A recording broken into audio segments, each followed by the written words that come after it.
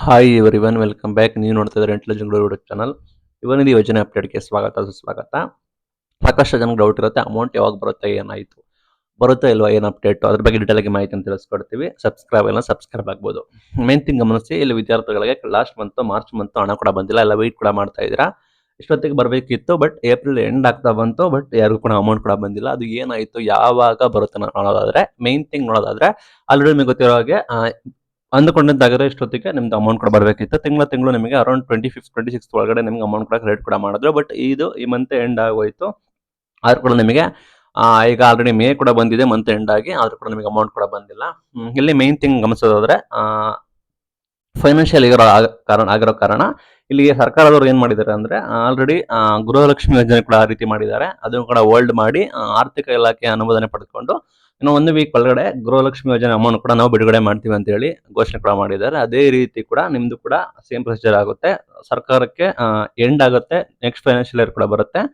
Next financial year ಅಲ್ಲಿ ಅವರು ಈ ಹಿಂದೆ ಬಂದಿರೋ ಲಾಭನೆಲ್ಲ ಇನ್ಕ್ಲೂಡ್ ಮಾಡ್ಕೊಂಡು ಹಿಂದೆ ಬಂದಿರೋದನ್ನೆಲ್ಲ ಹಾಕಿ ನಿಮಗೆ ಅಟ್ ಎ ಟೈಮ್ ನಿಮಗೆ ಕೊಡ್ತಾರೆ. ಗೃಹಲಕ್ಷ್ಮಿ ಕೂಡ 3 ಕಂತು ಬಾಕಿ ಇದೆ ಅಂತ, ಅದು ಕೂಡ ಒಟ್ಟಿಗೆ ಬಿಡುಗಡೆ ಮಾಡ್ತೀವಿ ಅಂತ ಹೇಳಿದ್ದಾರೆ. ಅದೇ ರೀತಿ ಕೂಡ ನಿಮ್ದು ಕೂಡ ಈ ವರದಿ ಕೂಡ ಬಿಡುಗಡೆ ಕೂಡ ಮಾಡ್ತೀವಿ ಅಂತ ಹೇಳಿದ್ದಾರೆ.